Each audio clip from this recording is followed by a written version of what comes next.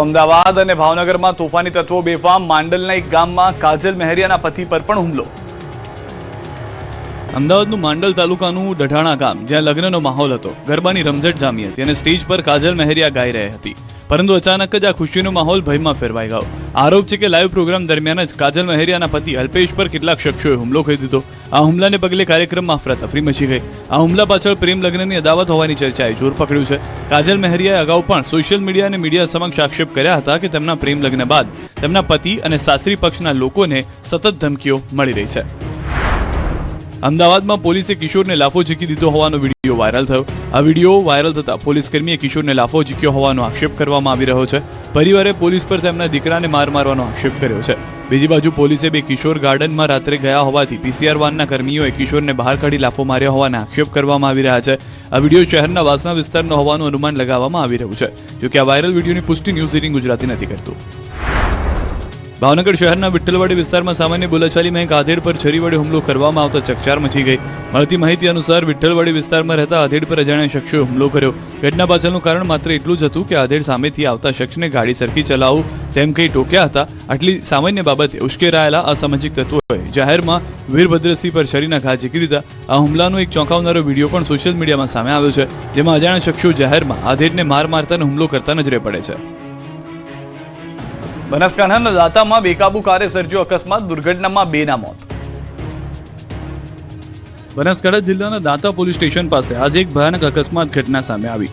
બુરોડથી અમદાવાદ જઈ રહેલી એક પૂરપાટ ઝડપે આવતી સ્કોર્પિયો ગાડીના ચાલકે સ્ટીયરિંગ પરથી કાબુ ગુમાવતા અકસ્માત સર્જાયો। ગાડી રોડ સાઈડમાં આવેલી ચાની કિટલીમાં ઘૂસી ગઈ। આ ગમખ્વાર અકસ્માતમાં 2 લોકોના મોત નીપજ્યા, જ્યારે 7થી વધુ લોકો ગંભીર રીતે ઇજાગ્રસ્ત થયા। પ્રાપ્ત માહિતી અનુસાર અકસ્માત એટલો ભયાનક હતો કે સ્કોર્પિયો ગાડી અને ચાની કિટલી બંનેનો કચ્ચર કાન વળી ગયો।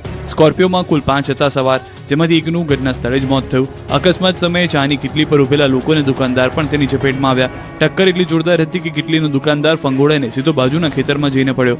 અકસ્માતનો અવાજ સાંભળતા જ આસપાસના લોકો ટોળે ઘટના સ્થળે ઉમટી પડ્યા અને તાત્કાલિક બચાવ કામગીરી હાથ ધરાઈ। ઇજાગ્રસ્તોને તાત્કાલિક 108 એમ્બ્યુલન્સ મારફતે નજીકની હોસ્પિટલમાં સારવાર અર્થે ખસેડવામાં આવ્યા। ઘટનાની જાણ થતાં દાંતા પોલીસનો કાફલો સ્થળ પર પહોંચી ગયો હતો। પોલીસે અકસ્માત અંગેનો ગુનો નોંધીને આગળની કાર્યવાહી શરૂ કરી છે। પ્રાથમિક દ્રષ્ટિએ ગાડીની અતિશય ઝડપ અકસ્માતનું મુખ્ય કારણ હોવાનું મનાઈ રહ્યું છે।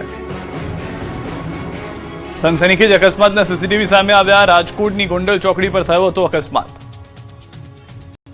રાજકોટની ગોંડલ ચોકડી પાસે સ્કોર્પિયો અને ઇકો કાર વચ્ચે ગમખ્વાર અકસ્માત સર્જાયો। ગત 4 મેના રોજ સર્જાયેલા ભયાનક અકસ્માતમાં વધુ કેટલાક સીસીટીવી ફૂટેજ સામે આવ્યા। આ દ્રશ્યો જ કહી આપે છે કે અકસ્માત કેટલો ભયાનક હશે। આ અકસ્માતમાં અત્યાર સુધીમાં એક જ પરિવારના 3 સભ્યોએ જીવ ગુમાવ્યા।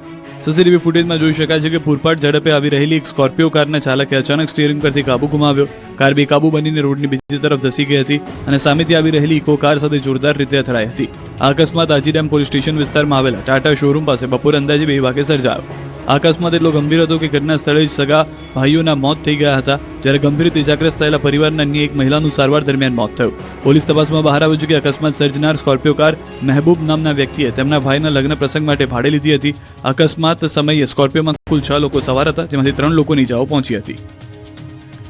ગોકળ ગતિથી ચાલતા કામને કારણે લોકો હેરાન પરેશાન, એએમસીની અધૂરી કામગીરીથી ટ્રાફિક જામની સ્થિતિ।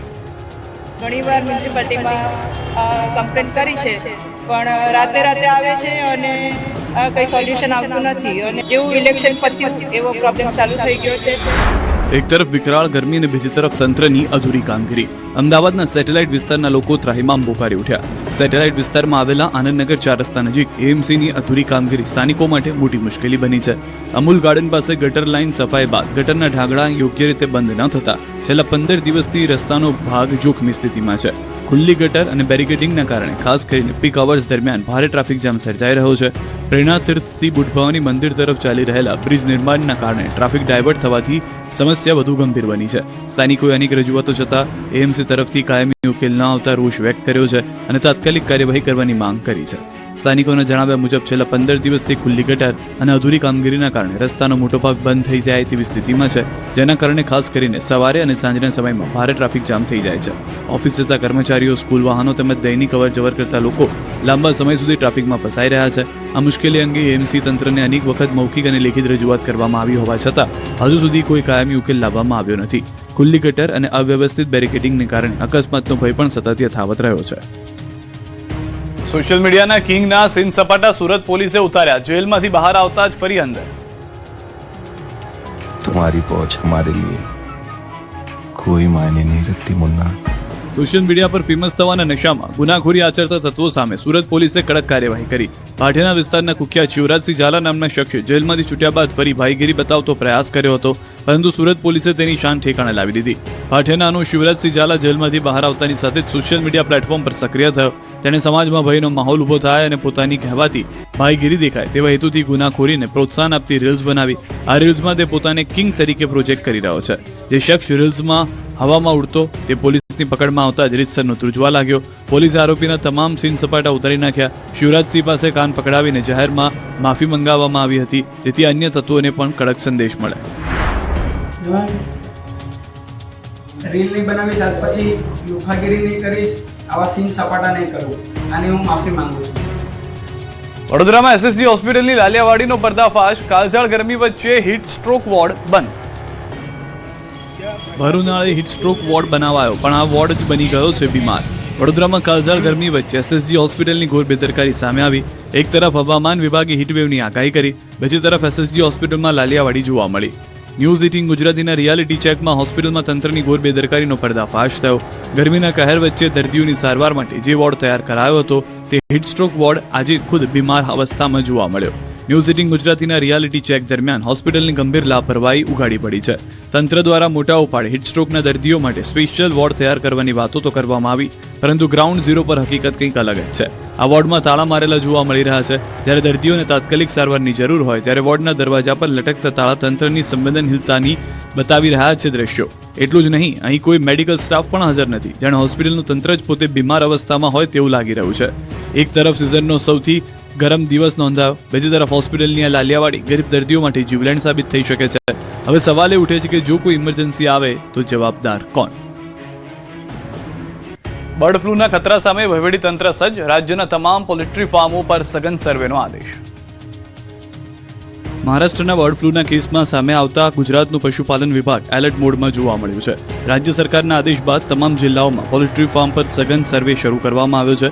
જિલ્લા કલેક્ટર અને જિલ્લા વિકાસ અધિકારીઓના માર્ગદર્શન હેઠળ પશુપાલન વિભાગની ટીમો ગામડા અને અંતરિયાળ વિસ્તારોમાં આવેલા પોલ્ટ્રી ફાર્મની મુલાકાત લઈ રહી છે. આ અભિયાન અંતર્ગત વિવિધ તાલુકાઓમાં પશુ ચિકિત્સા અધિકારીઓની ટીમો બનાવવામાં આવી છે, જે પોલ્ટ્રી ફાર્મ પર જઈ અને પક્ષીઓના સ્વાસ્થ્યની તપાસ કરી રહી છે અને ફાર્મ માલિકોને બર્ડ ફ્લૂ અંગે જાગૃતતા પણ આપી રહી છે. ગાંધીનગર જિલ્લાના મગોડી ગામ નજીક આવેલા એક પોલ્ટ્રી ફાર્મની પણ તપાસ કરવામાં આવી હતી. મગોડી ગામથી અંદાજે 2-3 કિલોમીટર દૂર ખેતર વિસ્તારમાં આવેલા આ ફાર્મમાં અંદાજે 3000 જેટલા મરઘા મરઘી અને 1000 જેટલા બચ્ચા હોવાનું સામે આવ્યું. ફાર્મના રખેવાળે જણાવ્યું કે તંત્ર દ્વારા સર્વે હાથ ધરવામાં આવ્યો અને હાલ પક્ષીઓ સ્વસ્થ છે. તંત્ર દ્વારા સૂચના આપવામાં આવી છે કે જો કોઈ ફાર્મમાં પક્ષીઓના અચાનક મોત થાય તો તાત્કાલિક જાણ કરવી. મહત્વનું છે કે અત્યાર સુધીમાં ગુજરાતમાં બર્ડ ફ્લૂનો કોઈ કેસ નોંધાયો નથી, છતાં તકેદારીના ભાગરૂપે રાજ્યભરમાં સઘન મોનિટરિંગ શરૂ કરવામાં